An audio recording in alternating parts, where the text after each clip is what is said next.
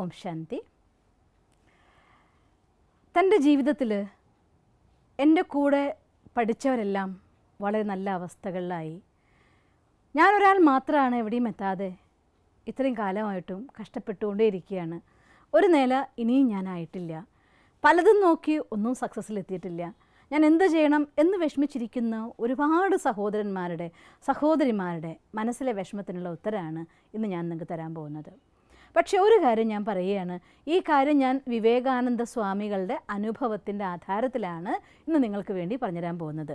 ഒരിക്കൽ വിവേകാനന്ദ സ്വാമികളുടെ അടുത്ത് ഒരാൾ വന്ന് ഇതേ ചോദ്യം ചോദിച്ചു. അന്ന് അയാൾക്ക് 38 വയസ്സ്. അദ്ദേഹത്തിൻ്റെ ഫ്രണ്ട്സ് എല്ലാവരും നല്ല നല്ല നിലയിലെത്തി, ജീവിതം സെറ്റിലായി. പക്ഷേ എനിക്ക് മാത്രം ആ ജീവിതം സെറ്റിലാക്കാൻ സാധിച്ചിട്ടില്ല. കച്ചവടം തുടങ്ങി നോക്കി, ഒരാളുടെ കൂടെ ജോലി ചെയ്ത് നോക്കി, അങ്ങനെ പല ഓപ്ഷൻസും അയാൾ നോക്കി, ഒന്നും വിജയിച്ചില്ല. ഞാൻ എന്താ ചെയ്യേണ്ടത് എന്ന് വിവേകാനന്ദൻ്റെ അടുത്ത് ചോദിക്കുകയാണ്. എന്തുകൊണ്ട് എനിക്ക് സഫലത കിട്ടുന്നില്ല? വിവേകാനന്ദ സ്വാമികൾ പറഞ്ഞു, നിങ്ങളൊരു കാര്യം ചെയ്യണം. എൻ്റെ വളർത്തു നായേനെയും കൊണ്ട് ഈ സ്ട്രീറ്റ് മൊത്തം ഒന്ന് കറങ്ങി കണ്ടിട്ട് വരൂ എന്ന് പറഞ്ഞു. അങ്ങനെ അയാൾ ഈ നായേനെയും കൊണ്ട് കറങ്ങാൻ വേണ്ടി പോയി. മൊത്തം കഴിഞ്ഞൊരു 3/4 മണിക്കൂറും സമയമാകുമ്പോഴത്തേക്ക് അയാൾ തിരിച്ചു വന്നു. അയാൾക്ക് വലിയ ക്ഷീണമൊന്നും കാണുന്നില്ല, പക്ഷെ നായ ആകെ കിതച്ച് അവശനായിട്ടുണ്ട്. അപ്പോൾ വിവേകാനന്ദ സ്വാമി ചോദിക്കുകയാണ്, അല്ല നിനക്കൊരു ക്ഷീണവും കാണുന്നില്ലല്ലോ, ഈ നായ ആകെ തളർന്നു പോയിട്ടുണ്ടല്ലോ എന്ന് പറയും. അതിനെന്ത് ചെയ്യാനാണ്? ഈ നായ എന്തൊരു അനക്കം കേട്ടാലും അവിടേക്ക് ഓടും. എല്ലാ വഴിയുടെയും ആ സൈഡ് ഈ സൈഡ് ആ സൈഡ് മണത്ത് നോക്കി കുറച്ച് ബഹളം ഉണ്ടാക്കുക. എല്ലാ വഴിയുടെയും എല്ലാ കോർണറും പോയി മുട്ടിയിട്ടാണ് ഇവനെ ഞാൻ വലിച്ചു കൊണ്ടുവന്നതാണ്. ഞാൻ സ്വസ്ഥമായിട്ട് ഇവൻ്റെ കൂടെ നടന്നു വന്നിട്ടേ ഉള്ളൂ എന്ന് പറയുകയാണ്. അപ്പോൾ സ്വാമികൾ പറഞ്ഞു, ഇത് തന്നെയാണ് എനിക്ക് നിനക്ക് തരാനുള്ളതായിട്ടുള്ള ഉത്തരം. അവരെല്ലാവരും തൻ്റെതായിട്ടുള്ള ഒരു വഴി തിരഞ്ഞെടുക്കുകയും അതിൽ നിരന്തരമായിട്ട് പരിശ്രമിച്ചുകൊണ്ട് അതിലുണ്ടാകുന്ന പരാജയങ്ങളെ ജയത്തിലേക്ക് മാറ്റാനുള്ള വഴികളെ കണ്ടെത്തിക്കൊണ്ട് മുന്നോട്ട് പോയവരാണ്. അതേസമയം നീ ചെയ്തത് ഓരോരുത്തരുടെയും വഴികൾ കണ്ട് ഓരോരുത്തരും നോക്കി അവരുടെ വിജയം നോക്കി അവരുടെ അവസ്ഥ നോക്കി നിന്നെ നീ നോക്കാൻ മറന്നുപോയി, അതുകൊണ്ടാണ് എന്ന്. അതുകൊണ്ട് ഇന്ന് അത്തരം വിഷമിക്കുന്ന എല്ലാ സഹോദരന്മാരോടും ഞാൻ പറയുകയാണ്, കാരണേ അകാരണേ. ഇനി ഇത് പറയുമ്പോൾ വിഷമിക്കരുത്, അയ്യോ ഞാൻ അങ്ങനെയൊന്നുമല്ല, ഞാൻ ഇത് നോക്കിയില്ല എന്ന് പറഞ്ഞ് വിഷമിക്കരുത്. കാരണേ അകാരണേ സംഭവിച്ചു പോയി കഴിഞ്ഞിരിക്കുന്നു. പലയിടത്തും നമ്മൾ പലതും ശ്രമിച്ചു നോക്കി. എന്തുകൊണ്ട് പലതും ശ്രമിക്കേണ്ടി വന്നു? എൻ്റേതായിട്ടുള്ള ഒരു ഗോൾ ഞാൻ തിരഞ്ഞെടുക്കാത്തത് കൊണ്ടാണ്. അതുകൊണ്ട് അങ്ങനെ വിഷമിക്കുന്ന എല്ലാവരും നിങ്ങളുടേതായിട്ടുള്ള, ഞാൻ ഗോൾ സെറ്റിംഗ് എന്ന ഒരു പ്രോഗ്രാം തന്നെ ഒരു ടോക്ക് ഷോ ആയിക്കൊണ്ട് തന്നെ ചെയ്തിട്ടുണ്ട്. അത് ടോക്ക് ഷോ ആയി ചെയ്തതിൻ്റെ പ്രധാനമായിരിക്കുന്ന ലക്ഷ്യം തന്നെ ഓരോ ചോദ്യത്തിനും ഉത്തരം കണ്ടെത്താൻ സംശയങ്ങൾ ഉണ്ടാകത്തക്ക രീതിയിലുള്ള ചോദ്യങ്ങളാണ്. അതിനെ ക്ലിയർ ചെയ്യാൻ വേണ്ടി 2 പേര് തമ്മിൽ സംസാരിച്ചുകൊണ്ട് നിങ്ങൾക്കൊരു വിധത്തിലും സംശയം തോന്നാത്ത രീതിയിലാണ് ആ ഗോൾ സെറ്റിംഗ് എന്നതായിട്ടുള്ള ഒരു സീരീസ് പ്രോഗ്രാം ചെയ്തിരിക്കുന്നത്. ഒരു വർക്ക്ഷോപ്പ് പ്രോഗ്രാമിനെ ഒരു സീരീസ് ഓഫ് ടോക്ക് ഷോ ആയിട്ട് കാണിച്ചിരിക്കുകയാണ്.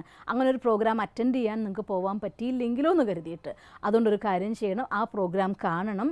നിങ്ങൾക്ക് ഏറ്റവും സ്യൂട്ടായിരിക്കുന്ന നിങ്ങളുടേതായിട്ടുള്ളൊരു ഗോളിനെ കണ്ടെത്തണം, നിങ്ങളുടെ ടാലൻ്റ് അനുസരിച്ചുള്ളൊരു ഗോളിനെ.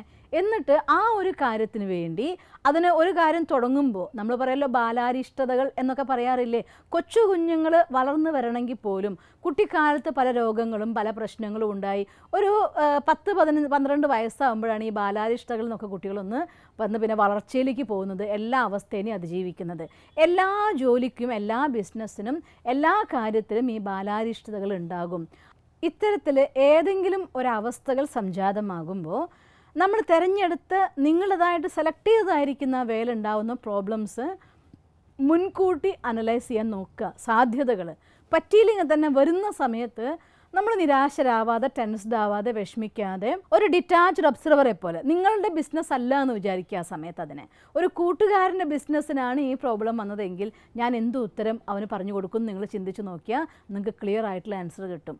അത്തരത്തിൽ ആ പ്രോബ്ലത്തിനൊരു സൊല്യൂഷൻ കണ്ടുകൊണ്ട് നിങ്ങൾ മുന്നോട്ട് പോവുകയാണെങ്കിൽ വളരെ വേഗത്തിൽ നിങ്ങൾക്ക് പറ്റും. പിന്നെ നമ്മുടെ മൈൻഡ് ഡിസ്റ്റർബ്ഡ് ആവാതിരിക്കാൻ വേണ്ടി ദിവസവും പ്രഭാതത്തിലുള്ളതായിട്ടുള്ള പ്രഭാതശീലങ്ങൾ, രാവിലെ ഉണർന്ന വശം കുറച്ച് സമയം ഈശ്വരനെ ധ്യാനിക്കാൻ, അത് കഴിഞ്ഞ ശേഷം നമ്മുടെ അന്നത്തെ പ്രോഗ്രാം പ്ലാൻ ചെയ്യാൻ, കുറച്ച് നല്ല കാര്യങ്ങളെ പഠിക്കാൻ, അതിനെക്കുറിച്ച് മനനം ചെയ്ത് എന്തെങ്കിലുമൊക്കെ നമ്മുടെ ഉള്ളിൽ നിന്ന് പോയിൻറ്റ്സ് കണ്ടെത്താൻ, പിന്നെ നമ്മളൊപ്പം നമ്മുടെ അന്നത്തെ പ്ലാൻ ചെയ്യാൻ, ചാർട്ട് ചെയ്യാൻ, ഇങ്ങനെയുള്ള നല്ല ശീലങ്ങൾ കുറച്ച് പ്രഭാതത്തിൽ നിങ്ങൾക്ക് സ്വന്തമായി ഉപയോഗിക്കുന്ന സമയത്ത് ഉപയോഗിച്ചുകൊണ്ട് കാം ആൻഡ് കൂൾ മൈൻഡോടുകൂടി മുന്നോട്ട് പോവുകയാണെങ്കിൽ ഒരിക്കലും നിങ്ങൾക്ക് വിഷമിക്കാതെ മുന്നോട്ട് മാത്രം തന്നെ പോകാൻ പറ്റും.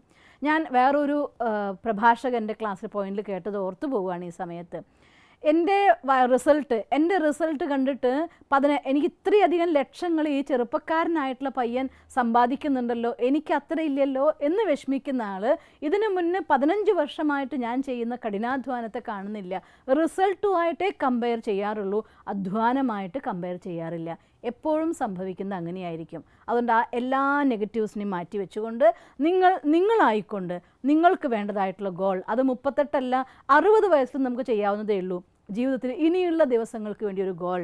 അതുകൊണ്ട് ആ ദിവസം തൊട്ട് എന്ത് വേണം, നിങ്ങളുടെ ടാലൻ്റ് എന്താണ്, നിങ്ങളുടെ ഇൻട്രസ്റ്റ് എന്താണ്, അതനുസരിച്ച് നിങ്ങൾക്ക് ചെയ്യാൻ സാധിക്കും എന്ന് നിങ്ങൾക്ക് തോന്നുന്ന രീതിയിലുള്ളതായിട്ടുള്ള ഗോൾ, നമുക്ക് വേണ്ടതായിട്ടുള്ള ലക്ഷ്യം സെറ്റ് ചെയ്യണം. അതിനുവേണ്ടി കുറച്ച് സമയമെടുത്ത് പല മേഖലയെക്കുറിച്ച് പഠിക്കാൻ വേണ്ടി പരിശ്രമിച്ച് ഒരു മാസം സമയമെടുത്താലും കുഴപ്പമില്ല എന്ന് ഞാൻ പറയും. എന്നാലും ഒരിക്കൽ ഒരു കാര്യത്തിന് തീരുമാനമെടുത്തു കഴിഞ്ഞാൽ പിന്നെ ആ തീരുമാനം ശരിയിൽ കൊണ്ടെത്തിക്കാനുള്ളതായിട്ടുള്ള ഹാർഡ് വർക്ക്, അതാണ് ശരിക്കും നമ്മുടെ രത്തൻ ടാറ്റയുടെ ഏറ്റവും വലിയ ക്വാളിറ്റി. ഞാനൊരു തീരുമാനം എടുത്തു കഴിഞ്ഞാൽ ആ തീരുമാനം ശരിയാക്കാൻ വേണ്ട എത്ര ഹാർഡ് വർക്ക് വേണമെങ്കിലും ഞാൻ ചെയ്യും എന്ന് അദ്ദേഹത്തിൻ്റെ അടുത്തിടെ ഉണ്ടായ ഒരു കേസിൽ ജയിച്ച സമയത്തുള്ള കമൻസ് ഞാൻ ഓർക്കുകയാണ്. അതുകൊണ്ട് തീരുമാനം എടുക്കാൻ വേണ്ടി നന്നായിട്ട് പഠിക്കുക, അത് കണ്ടെത്തുക. പഠിക്കാനും കണ്ടെത്താനും ഒരു പുതിയ ഗോൾ സെറ്റ് ചെയ്യാനും ഏജ് ലിമിറ്റ് ഒരു ഘടകമല്ല. ആരെയും നോക്കണ്ട, നമ്മൾ ഒറ്റയ്ക്ക് ഈ ലോകത്ത് നിൽക്കുകയാണ് എന്ന വിശ്വാസത്തോട് കൂടിയിട്ട് ഈ ലോകത്തുള്ള എല്ലാ ഓപ്ഷൻസിനെയും മുന്നിൽ വെച്ചുകൊണ്ട് അതിൽ നിന്ന് ആദ്യം നമുക്ക് വേണ്ടത് സെലക്ട് ചെയ്യുക. ഒരു 200 എണ്ണം കണ്ടെത്തിയാൽ അതിൽ നിന്ന് 20ലേക്ക് വരണം. 20ൽ നിന്ന് 3ഓ 4ഓ സെലക്ട് ചെയ്യണം. ആ 3ഓ 4ൽ നിന്ന് 1 സെലക്ട് ചെയ്യണം. അതിന് വേണ്ടതായിട്ടുള്ള സമയം പോയാലും കുഴപ്പമില്ല. നിങ്ങൾ അങ്ങനെ കണ്ടെത്തുന്ന ഒരു ഗോൾ, അത് നമ്മുടെ ഹാർട്ട് സ്വീകരിക്കും. ഒന്നും കൂടെ ഞാൻ പറയുകയാണ്, if your mind can dream it, heart can believe it, then you can achieve it. അത്തരത്തിൽ നമ്മുടെ മനസ്സിന് ഒരു കാര്യത്തിന് സ്വപ്നം കാണാൻ കഴിയുമെങ്കിൽ നമ്മുടെ ഹൃദയത്തിന് അതിനെ വിശ്വസിക്കാൻ സാധിക്കും. എന്നാൽ തീർച്ചയായിട്ടും നിങ്ങൾക്ക് നിങ്ങളുടെ വിജയം കണ്ടെത്താൻ സാധിക്കുകയും ചെയ്യും. കഴിഞ്ഞുപോയ ദിവസങ്ങളെ ഓർക്കാതെ വരുന്ന ദിവസങ്ങളുടെ നല്ല ദിവസങ്ങളെ കണ്ടുകൊണ്ട് ഒരു പുതിയ തുടക്കം വിത്ത് ഫുൾ പ്ലാനിങ് നിങ്ങളെല്ലാവരും സക്സസ്സിലെത്തട്ടെ എന്ന് ആശംസിക്കുന്നു. ഓം ശാന്തി. ഈ വീഡിയോ നിങ്ങൾക്ക് ഇഷ്ടപ്പെട്ടുവെങ്കിൽ തീർച്ചയായും ഈ യൂട്യൂബ് ചാനൽ സബ്സ്ക്രൈബ് ചെയ്താലും, കൂടാതെ please like it and share it. ഒപ്പം ഞങ്ങളുടെ ഫേസ്ബുക്ക്, ട്വിറ്റർ, ഇൻസ്റ്റാഗ്രാം കൂടി ഫോളോ ചെയ്ത് നിങ്ങളുടെ പ്രോത്സാഹനങ്ങൾ തന്നാലും. നിങ്ങളുടെ അഭിപ്രായങ്ങൾ ഞങ്ങൾക്ക് ഏറെ വിലയേറിയതാണ്. അത് കമന്റ് ബോക്സിൽ എഴുതിയാലും. ഞങ്ങളെ സ്നേഹിക്കുന്ന, ഞങ്ങളോടൊപ്പം നിൽക്കുന്ന ഏവർക്കും അകമഴിഞ്ഞ് നന്ദി.